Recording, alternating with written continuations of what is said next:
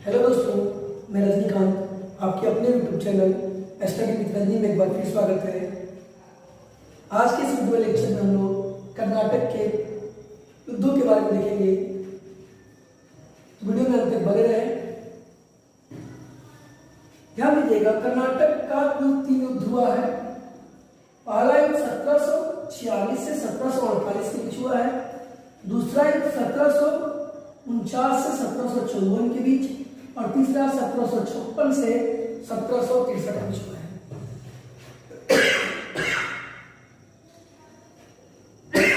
यहाँ से important question है, प्रथम युद्ध कब हुआ था? 1746 1748 के बीच। दूसरा कर्नाटक युद्ध 1749 से 1754 के बीच। तीसरा कर्नाटक युद्ध 1756 से 1763 के बीच हुआ था। अब ध्यान दीजिएगा, पहला कर्नाटक युद्ध का कारण क्या था? तो ऑस्ट्रिया का उत्तराधिकार युद्ध था और पहला कर्नाटक युद्ध एल-ला-सापेल की संधि के तहत 1748 में समाप्त हुआ। दूसरा कर्नाटक युद्ध जो था हैदराबाद कर्नाटक का उत्तराधिकार युद्ध के लिए शुरू हुआ और पांडिचेरी के संधि के तहत यह समाप्त हो गया। क्वेश्चन इंपॉर्टेंट है, पूछा जा सकता है द्वितीय कर्नाटक युद्ध किस संधि के तहत समाप्त हुआ था? तो पांडिचेरी की संधि के तहत समाप्त हुआ था। उसी तरीके से प्रथम कर्नाटक युद्ध किस संधि के तहत समाप्त हुआ था? तो एल-ला-सापेल की संधि के तहत समाप्त हुआ था। इंपॉर्टेंट क्वेश्चन पूछा सकता है, एल-ला-सापेल की संधि कब हुई थी? 1748 में हुई थी। अगला क्वेश्चन पूछा सकता है, तृतीय कर्नाटक युद्ध कब हुआ था? 1756 से 1763 ईस्वी तक हुआ था। इसे सप्तवर्षीय युद्ध भी कहा जाता है क्योंकि इंग्लैंड और फ्रांस के बीच जो युद्ध हुआ था वही युद्ध का परिणाम कर्नाटक में भी देखने को मिला था, इसलिए इसे तृतीय कर्नाटक युद्ध के नाम से हम लोग भारत में जानते हैं। जो पेरिस की संधि 1763 के तहत समाप्त हुआ था, तो क्वेश्चन पूछा जाता है कि पेरिस की संधि कब हुई थी? इंग्लैंड और फ्रांस के बीच, जिसके तहत सप्तवर्षीय युद्ध समाप्त हुआ था, तो 1763 में थी। अब ध्यान दीजिएगा, हम लोग प्रथम कर्नाटक युद्ध को डिटेल में पढ़ते हैं। प्रथम कर्नाटक युद्ध क्यों हुआ था? तो उत्तराधिकार युद्ध हुआ था किसका? ऑस्ट्रिया का। किसका? ऑस्ट्रिया का उत्तराधिकार युद्ध था। क्यों था? देखिए, ऑस्ट्रिया के जो चार्ल्स छठवां जो थे, उनकी मृत्यु हो जाती है और उनका कोई उत्तराधिकारी नहीं होता है। उनकी मृत्यु के बाद एक नियम बनता है जिसका नाम है प्रेगमेटिक सेंसन, जिसके तहत जर्मनी, फ्रांस, ब्रिटेन या फिर जो उसके पड़ोसी देश हैं वह इस पर कब्जा कर सकते हैं, इसके राजा बन सकते हैं। एक तो ये था। तो यहाँ पे जो है इसका उत्तराधिकारी वहां का ही एक व्यक्ति था, वहां का एक राजकुमार था, मेरिजा पिरिजा, वह बना। लेकिन इनके बीच उत्तराधिकार के लिए युद्ध चलने लगा और ये जर्मनी, फ्रांस, ब्रिटेन जो थे ये आपस में लड़ने लगे इसके लिए। और यहाँ की लड़ाई भारत में है। फ्रांसीसियों और ब्रिटेन वासियों के बीच, जो अंग्रेजों के बीच जो लड़ाई थी वो भारत में देखने को मिली। और इसका तत्कालीन कारण का ध्यान देना कि कर्नाटक के क्षेत्र में अंग्रेजी सेना द्वारा फ्रांसीसी दलों को पकड़ा गया। देखिए, इसका बहुत लंबी कहानी है। मैं जो शॉर्ट चीजें बता रहा हूँ, जो एग्जाम में पूछा जाए उसको देखिए।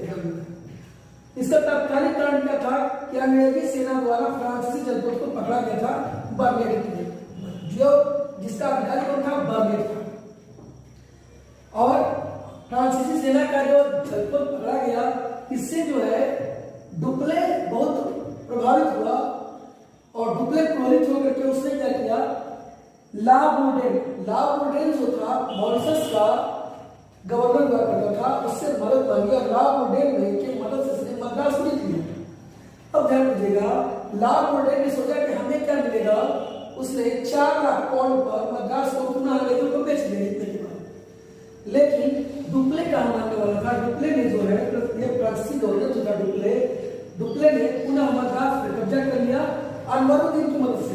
अनवरुद्दीन जो था कर्नाटक का नवाब था, इसकी मदद से कर लिया। अब कर्नाटक का नवाब भी इसमें इन्वॉल्व हो गया, समझे? इसलिए इसे हम कर्नाटक के युद्ध के नाम से जानते हैं। उसके बाद सेंट थोमे या अडयार का युद्ध हुआ।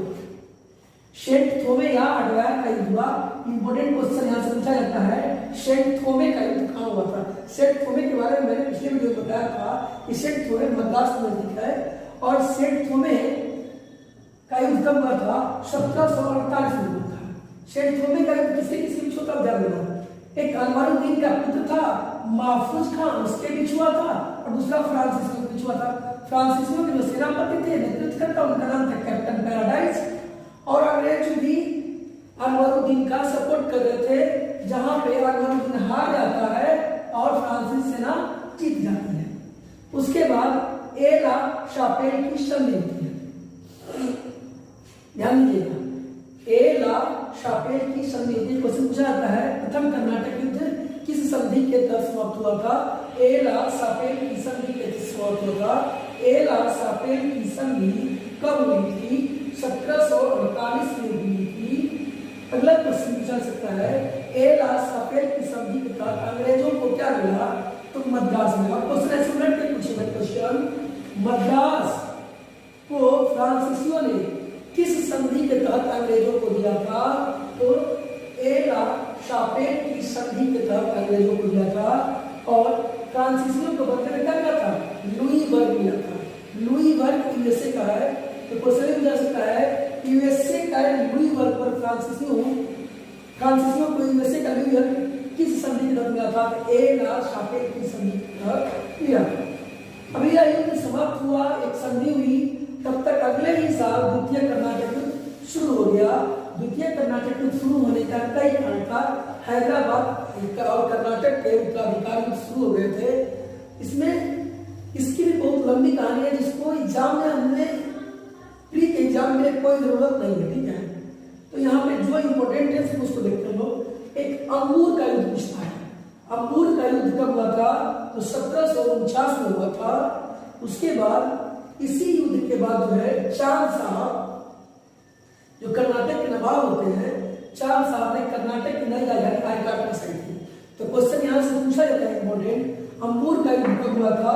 1749 ईस्वी में। दूसरा इंपोर्टेंट क्वेश्चन पूछा जाता है, कर्नाटक की नई राजधानी आरकाट, चाहे क्वेश्चन समझ जाता है, आरकाट किसकी राजधानी थी? तो आरकाट कर्नाटक की राजधानी थी। आरकाट कर्नाटक की राजधानी किसने बनाई थी? तो चांद साहब ने बनाई थी। अब ध्यान दीजिएगा, यह युद्ध बहुत लंबे समय तक चला। बाद में चांद साहब की मृत्यु होती है, उसमें सालार जंग आते हैं, बहुत सारे लोग आते हैं, उतना इंपॉर्टेंट नहीं है। यह युद्ध समाप्त किसके द्वारा हुआ? एक फ्रांसीसी गवर्नर था जिसका नाम था गोडेहू। फ्रांसीसी गवर्नर था जिसका नाम गोडेहू था। और गोडेहू ने 1755 में पांडिचेरी की संधि के तहत जो है उसने पहल की, और इस तरह से द्वितीय कर्नाटक युद्ध जो है समाप्त हो गया। चलिए हम बात करते हैं तृतीय कर्नाटक युद्ध की।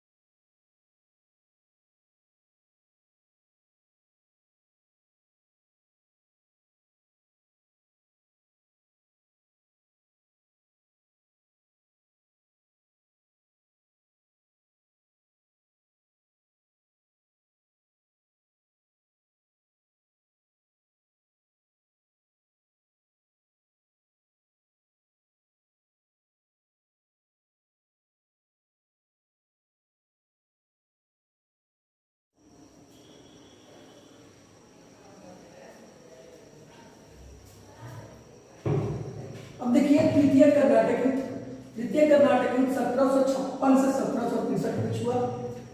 इसे यूरोपीय संघर्ष का भाग माना जाता है, या फिर हम कहें सप्तवर्षीय युद्ध का यह एक भाग था।